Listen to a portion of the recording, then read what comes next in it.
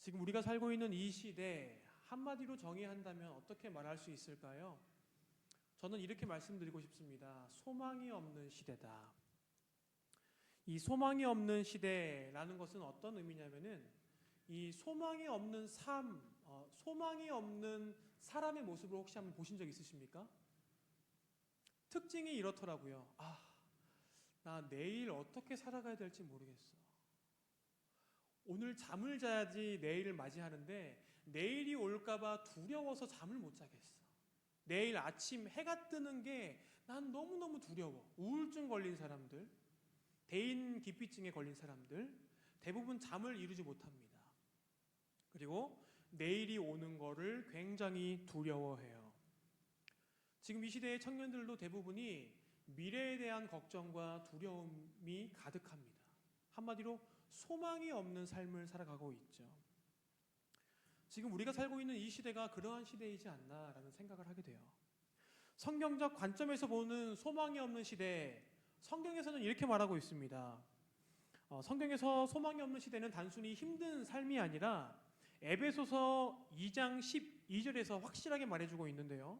이렇게 말하고 있어요. 그때 너희는 그리스도 밖에 있었고 이스라엘 나라 밖 사람이라 약속의 언약들에 대하여는 외인이요 세상에서 소망이 없고 하나님도 없는 자더니라고 말하고 있습니다.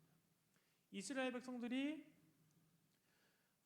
과거에 이 에베소 사람들이 그리스도도 없었고 이 이방인 크리스찬들이 예수님도 알지 못했다라고 말하고 있어요. 그리고 너희들에게는 하나님도 없었다. 그러니 소망도 없었다. 라고 말하고 있습니다. 성경은요, 소망과 하나님 상실, 하나님 잃어버림을 연관짓고 있습니다. 즉, 소망이 없는 시대는요, 어떤 시대입니까? 하나님 없이도 잘 살아갈 수 있다라고 믿는 사람들이 사는 삶입니다. 본인은 소망이 있다라고 살아가는 것 같아요. 하지만 정작 하나님이 보실 때에는 소망 없는 삶이라는 거죠. 그래서 이 시대의 사람들의 특징은 그렇습니다. 참 바쁩니다. 사는 목적이, 내가 살아가는 삶의 목적을 잃어버린 시대입니다. 왜 사는지 몰라요. 그냥 바빠요. 목적은 단 한 가지입니다. 돈이에요. 열심히 사는데 돈 모이는 것 말고는 의미가 없습니다. 노력하는데 도착 지점은 어디인지 정확하게 몰라요. 소망 없는 시대는요, 열심히 달리지만 목적이 없는 시대. 그리고 여러분, 소망이 없는 시대는요, 약속을 기대하지 않습니다. 왜냐하면 워낙 많은 사람들의 약속 지키지 못한 것들을 너무너무 많이 답습했기 때문에 약속을 믿지 않는 시대입니다. 그래서 이 약속을 기다리지 않습니다. 그리고 그 약속이 이루어질 때까지의 인내함도 없어요. 그냥 빨리 포기해버려요. 그리고 마지막으로요, 이 소망이 없는 시대, 이 시대에는요, 소망이 사라지면 사람들은 반드시 무언가 대체품을 찾습니다. 무언가 대체품을 찾아요. 이 성취도 날마다 성취가 아니에요. 어느 정도 성취, 내가 기준치 매긴 그 점까지 올라가면요, 그 사람들은 뭐 합니까? 다 이루었다. 이제 내 육체를 즐겁게 해볼까 하면서 중독에 빠집니다. 그리고 나 자신을 위로한다, 셀프 위로라고 해가지고 뭐 합니까? 대부분 소비에 빠져, 소비 중독. 그리고 자신의 정체성, 하나님으로부터 오는 정체성 말고요, 뭘 요구합니까? 누군가로부터 하여금 인정에 대한 욕구. 나를 좀 인정해줘. 나 돈 이렇게 많은데, 나 이렇게 세상에서 잘 나가는데. 그리고 영원한 삶보다는 뭐예요? 즉각적인 쾌락을 추구하는 삶으로 살아갑니다. 지금 우리가 살고 있는 이 시대가 바로 그러한 시대예요. 오늘 본문 말씀, 사도 바울이 쓴 로마서죠. 사실 이 로마서, 이 시대도 지금 시대와 별반 다르지 않았던 것 같습니다. 사도 바울에게는 그럼에도 불구하고 꿈이 있었던 것 같아요. 저는 그걸 보면서 그래, 지금 우리가 살고 있는 이 시대가 그렇게 황망한 시대이지만 진정 크리스천들은 꿈을 잃지 않고 살아가는구나라는 것을 저는 다시 한 번 더 느끼게 되었습니다. 사도 바울은요, 세계 곳곳을 다니면서 복음을 전하며 뭘 세웠습니까? 교회를 세웠습니다. 세워진 교회들이 하나가 되어지고 또 교회 안의 성도들이 하나가 되어져서 하나님의 살아계심을 나타내며 수많은 사람들의 복음 전파하는 데에 목적을 두고 있었어요. 그런데 문제가 생깁니다. 교회를 세웠습니다. 교회 안에서 자기네들끼리 싸우는 거예요. 하나님의 영광을 위해서 똘똘 뭉쳐서 복음을 전하는 일에 앞장서야 되는데 교회 안에서 싸우는 거예요. 그래서 바울은 고민합니다. 어떻게 하면 교회가 하나 될 수 있을까? 어떻게 하면 교회들이 주님 안에서 한 몸, 한 뜻이 되어 복음을 전할 수 있을까? 고민해요. 심지어 그는 이렇게까지 말하고 있지 않습니까? 나는 그리스도 외에는 모든 것을 배설물로 여긴다. 저는 이게요, 그의 진정한 믿음이라고 생각합니다. 하지만요, 그는 리더였었어요. 기억하십시오. 그는 리더였습니다. 리더의 말 한마디, 리더의 신앙 고백은요, 회중의 믿음을 성장시켜요. 이 고백을요, 그 초대교회 성도들이 들었습니다. 예수님 말고 다른 것? 분명히 이 시대의 사람들은 예수님 말고 다른 것들을 쫓았던 사람들이 굉장히 많이 있었습니다. 지금 이 시대와 똑같습니다. 하지만 그 크리스천 리더는요, 분명히 말합니다. 다른 것들 다 배설물이야. 나는 오직 예수 그리스도 그 한 분이면 족하다 라고 말합니다. 우리 성도님들 그 믿음에 동의하십니까? 동의하십니까? 저는 전적으로 동의합니다. 저는 100% 동의합니다. 왜냐하면 이 세상을 보면 더 확연히 볼 수 있어요. 예수님의 하나님 나라, 하나님의 통치를 모르는 사람들, 그들이 정치 권력을 잡았을 때의 모습을 보십시오. 예수님의 사랑을 모르는 사람이 세상 권력을 가졌을 때의 모습을 보십시오. 예수님의 말씀을 모르는 사람이, 하나님의 정신을 모르는 사람이 리더가 되어서 그 칼자루를 휘두르는 모습을 한번 보시라는 겁니다. 성경은 일관적으로 계속해서 끊임없이 요구하는 것은 오직 예수밖에 없다. 이 세상의 소망은 오직 예수밖에 없다라고 말합니다. 예수 그리스도, 복음을 모르는 정치인들은요, 결국 전체주의나 공산주의, 사회주의로 나라를 이끌어갑니다. 자본주의 참 좋은 거죠. 하나님 나라의 자본주의가 되어서 물질이라는 자들에게 그것들을 나눠주고 선용하며 베풀어야 되는데 어떤 자본주의입니까? 천민 자본주의가 되어서 내가 더 많이, 나 이 정도 파워 있어. 이 천민 자본주의가 되어가는 이 시대로 우리를 끌고 가고 있지 않습니까? 복음을 모르는 사람들, 그들이 교사가 되어서 교육을 하면, 다음 세대를 교육하면 어떻게 됩니까? 아이들을 황폐하게 만들어버립니다. 결국 그들에게 주입되어지는 것은 뭐예요? 성공, 좋은 대학, 좋은 직장. 결국 성공으로만 똘똘 뭉친 그 새싹 같은 다음 세대들이 괴물이 되어져 버리는 거예요. 그러한 세상에 물든 교회 교육도 마찬가지입니다. 성공주의 크리스찬을 양산하는데 발바쁘게 움직입니다. 그리고 세상에서 하고 있는 성교육 보면 아시겠죠? 세상에서 성교육을 어떻게 합니까? 이제는 콘돔을 주면서 관계해도 괜찮다고 말하잖아요. 안전하게만 해라. 이게 예수 빠진 교육, 그리스도 빠진 교육, 성적인 문제는 날로 심각해져 갑니다. 중요한 것은요, 우리가 그 높은 자리에 올라가서 모든 걸 변화시키자라고 말씀드리는 게 아니에요. 성경도 그렇게 말하고 있지 않아요. 너희가 잘 배워서 높은 자리로 올라가서 그 모든 것들을 변화시켜라고 말하고 있지 않습니까? 말하고 있지 않습니다. 지금 우리가 있는 이 자리에서, 지금 내가 살아가고 있는 이 자리에서 우리가 정신 차리고 근신하여 깨어서 정말 하나님의 사람답게 살아가야 되는 것, 한마디로 교회가 교회다운 모습으로 살아가야 되는 것을 보여줘야 되는 것 아니겠습니까? 우리가 갖고 있는 사명이 바로 그러한 사명입니다. 그렇기 때문에 오늘도 우리는 교회에 와서 예배를 드리는 것 아니겠습니까? 왜요? 내일 또 그 세상 험난한 곳으로 나아가야 되니까요. 오늘 이곳에서 주님이 주시는 새 힘과 능력을 가지고 나아가야 되니까요. 그런데 교회들이 영적 미숙아인 인큐베이터 교회로 만들어버렸어요. 성도들을 세상으로 파송시키지 않습니다. 세상에서 우리가 해야 되는 사명이 있음에도 불구하고 세상으로 파송시키질 않아요. 인큐베이터 신앙인들 여전히 잘하진 않습니다. 하지만 주님께서는 오늘 이 말씀을 통해서 우리들에게 강력하게 말씀하십니다.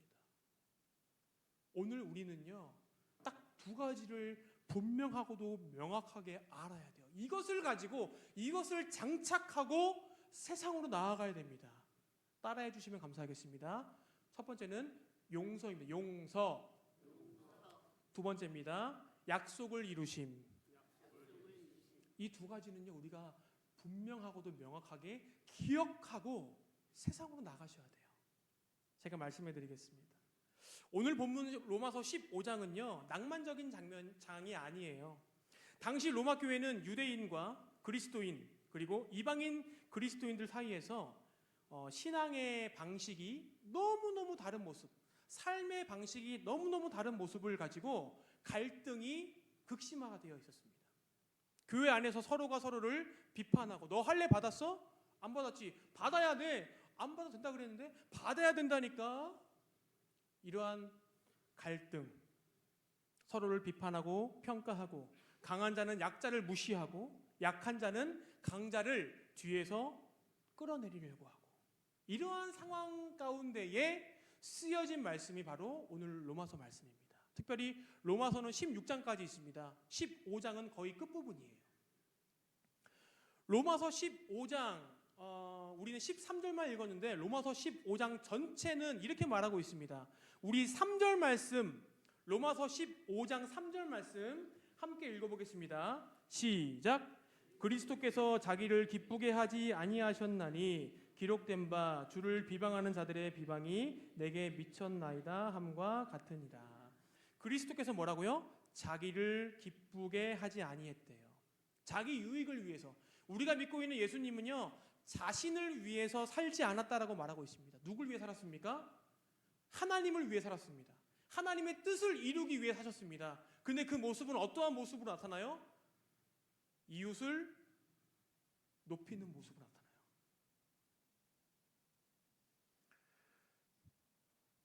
그 사람이 조금 부족하더라도 그 사람을 받아주는 모습입니다. 그 사람이 조금 부족하다고 해서 그 사람을 땅으로 끌어당기는 모습이 아니라 칭찬과 격려와, 또 뒤에서는 야, 이 사람 너무너무 좋은 사람이야, 그 사람의 선한 말들을 퍼뜨리면서 그 사람이 조금 더 잘할 수 있게 응원해주는 삶, 부족한 부분들을 채워주고 때로는 받아주는 이러한 성숙한 모습의 삶이 뭡니까? 자기를 기쁘게 하는 삶이 아니다라는 뜻입니다. 그리고 7절 말씀입니다. 우리 7절 말씀 함께 읽어보겠습니다. 함께 읽겠습니다. 시작. 그러므로 그리스도께서 우리를 받아 하나님께 영광을 돌리심과 같이 너희도 서로 받으라. 예수님께서 누굴 받으셨습니까? 이 땅에 오셔서 수많은 사람들의 죄를 받으셨어요. 한마디로 죄인들을 받으셨습니다. 이 받아주라라는 이 헬라어는요, 프로슬람바네스라는 말입니다. 이것은요, 그냥 내가 그 사람의 말을 들어줄게, 그 사람 의견 들어줄게, 수용할게, 이게 아닙니다. 내가 그 사람을 향해 그 사람의 삶으로 들어가는 걸 뜻해요. 저는 이 말씀을 묵상하는데 그 말씀이 떠올랐습니다. 선한 사마리아인 비유. 강도 만난 자가 두들겨 맞고 온몸이 부러집니다. 이제 그는요 힘이 없어요. 그런데 그때 누굴 만납니까? 유대인을 만나죠. 그리고 유대 제사장을 만나고 레위인을 만납니다. 그런데 그들은요 그 아프고 힘든 사람의 삶으로 들어가질 않았어요. 분명히 봤습니다. 분명히 목격했어요. 그런데 그냥 자기 갈 길로 가요. 같은 공간에 있었지만 그 사람에게로 들어가지 않아요. 나는 여전히 내가 가야 할 길이 있어. 근데 그게 뭐였습니까? 부정하다. 부정하다. 하나님 말씀을 가지고 그 사람을 정죄하기까지 합니다. 그런데 사마리아인, 선한 사마리아인, 비유지만 누굽니까? 바로 예수님. 예수님께서 그를 어떻게 합니까? 아무런 쓸모없는 그 사람, 죽어가는 그 사람에게 다가가서 그 사람의 상처를 싸매주십니다. 기름을 발라주시고 포도주를 발라주세요. 이게 뭐예요? 그 사람 삶으로 들어가셔서 그에게 있는 모든 죄와 아픔들을 감싸주는 행위입니다. 그 사람을 결국 살려주시죠. 그 선한 사마리아인도 바쁜 일이 있었겠죠. 그곳을 지나가는 길이었었으니까. 근데 그 바쁜 삶, 내가 바쁜 삶 잠깐 내려놓고 그 사람의 삶 속으로 들어가는 거예요. 그게 뭐라고요? 그게 받아주다. 그게 받아주다. 결국 이것은 하나님의 사랑입니다. 그리고 또 한 가지는 우리 사랑하는 성도님들 각자 자녀들이 있으시죠? 자녀들이 잘못하면 그 자녀 내칩니까? 그 자녀가 실수하면 그 자녀 그냥 밖으로 던져버리나요? 아니잖아요. 가르치고 품어주고 때론 용서해주고 알아도 못 본 척 해주고 그게 가족이지 않습니까? 그 사랑이 교회 안에 있어야 되는 것 아닌가요? 그 사랑이 교회 안에 있어야 되는 것 아닙니까? 제가 유튜브에서 한 가지 짤을 봤습니다. 쇼츠를 봤는데 제목이 이거예요. 왕실의 3초 룰을 시전한 보모의 최후라는 쇼츠입니다. 이 3초 룰이라고 하면은 땅에 무언가 떨어졌습니다. 그럼 3초 동안에 집어서 먹으면 병균이 없다라는 거예요. 옛날에 그러한 말들이 있었습니다. 근데 그거를 어디서 했다고요? 왕실에서 한 보모의 최후라는 영상인데 우리 이 시간 함께 영상 한 번만 보시겠습니다.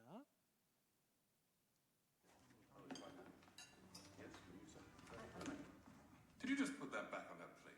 It was under 3 seconds. Excuse me?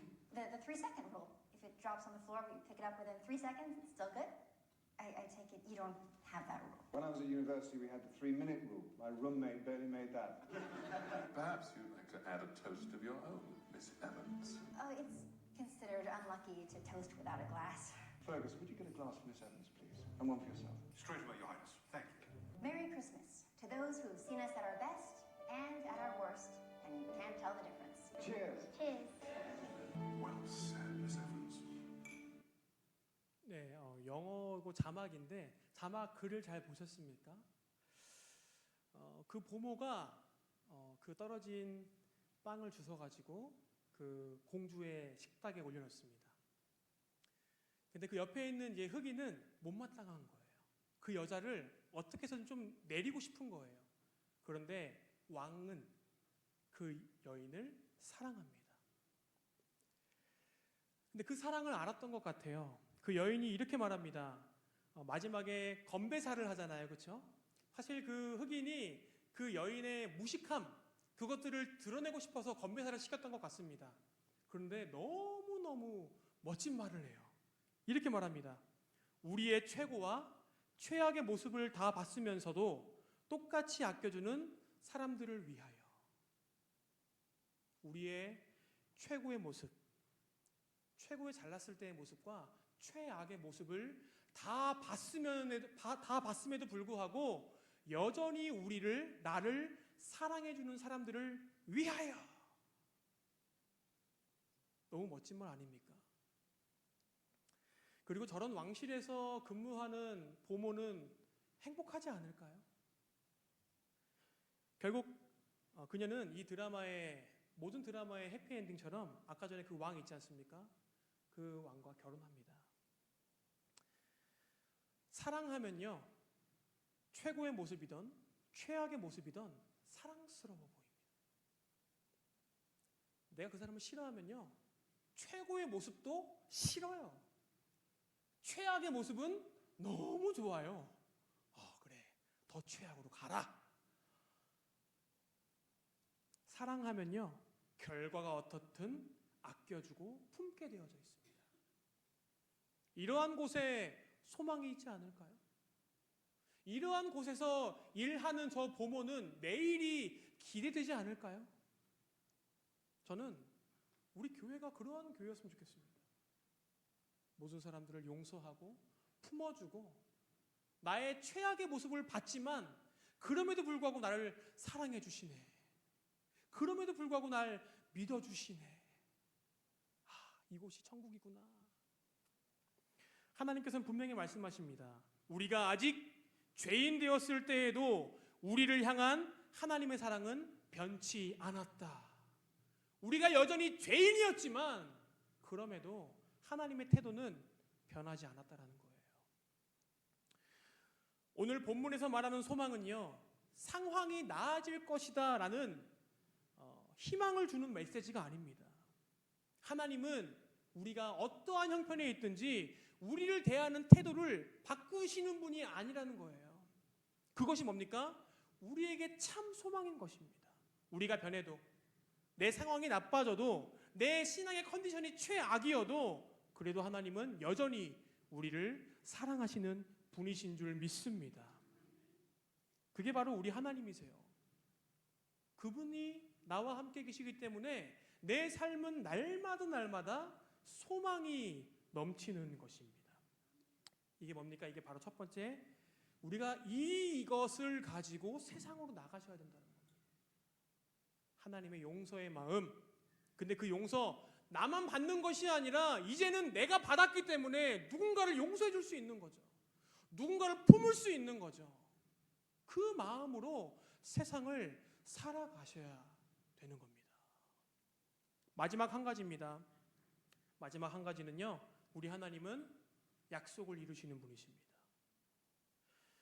하나님이 우리에게 소망을 주시는 이유는 단순히 우리를 긍휼히 여기시기 때문이 아닙니다.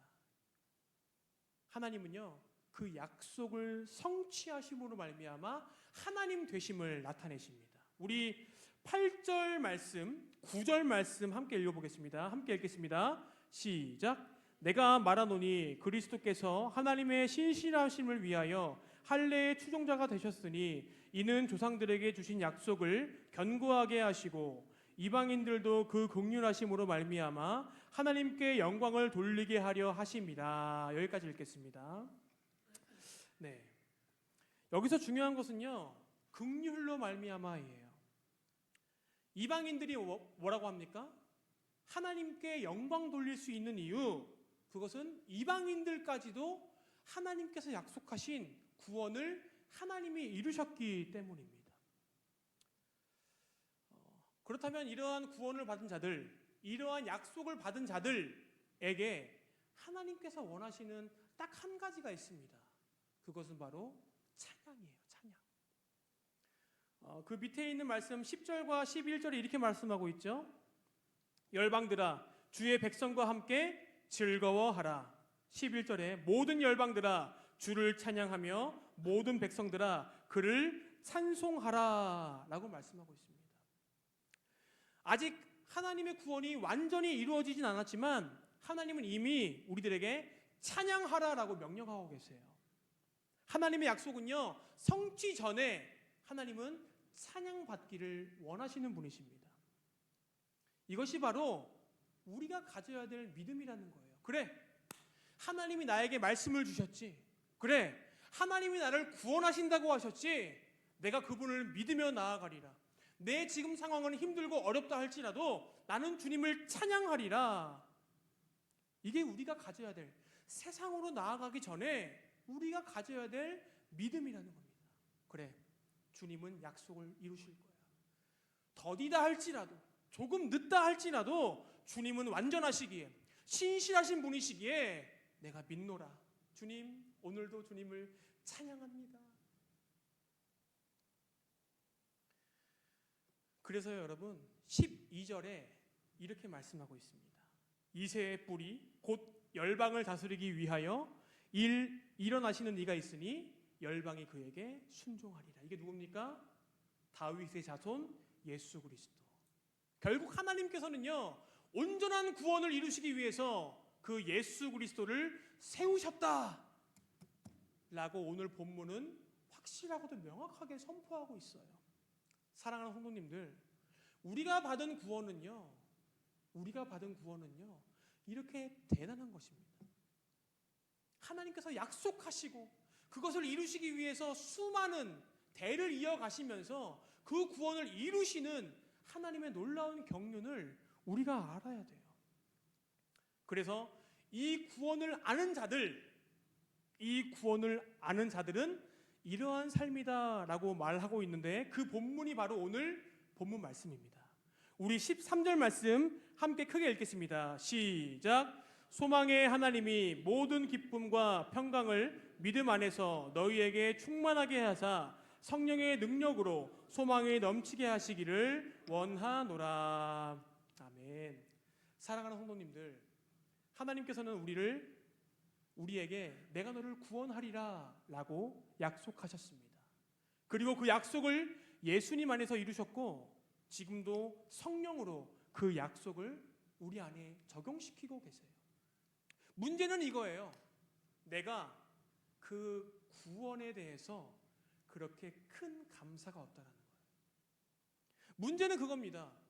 하나님 입장에서는 자신의 외아들까지 내어주실 정도로 가장 큰 것, 아니 심지어 자기가 죽는 한이 있더라도 내가 너를 살리리라 라고 말씀하신 그 구원인데, 나는 여전히 돈이 좋고, 나는 여전히 세상 권력이 좋고, 수많은 사람들에게 나를 자랑하는 것이 좋고, 이러한 동상이몽의 신앙을 우리 모두가 갖고 있다는 거예요.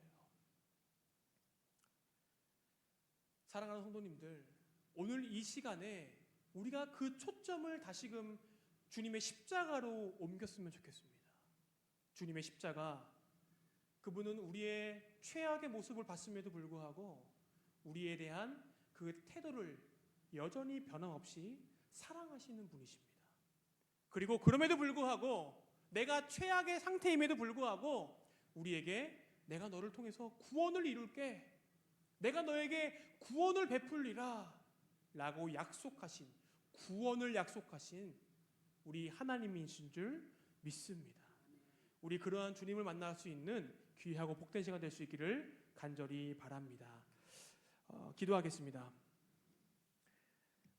약속을 지키시는 하나님, 그리고 우리를 사랑하셔서 끝까지 사랑하시며 내가 최악의 모습임에도 불구하고 여전히 사랑하시며 그 태도를 변하지 않으시는 주님, 오늘 이 시간 우리가 주님의 그 크신 사랑을 깨닫기 원합니다.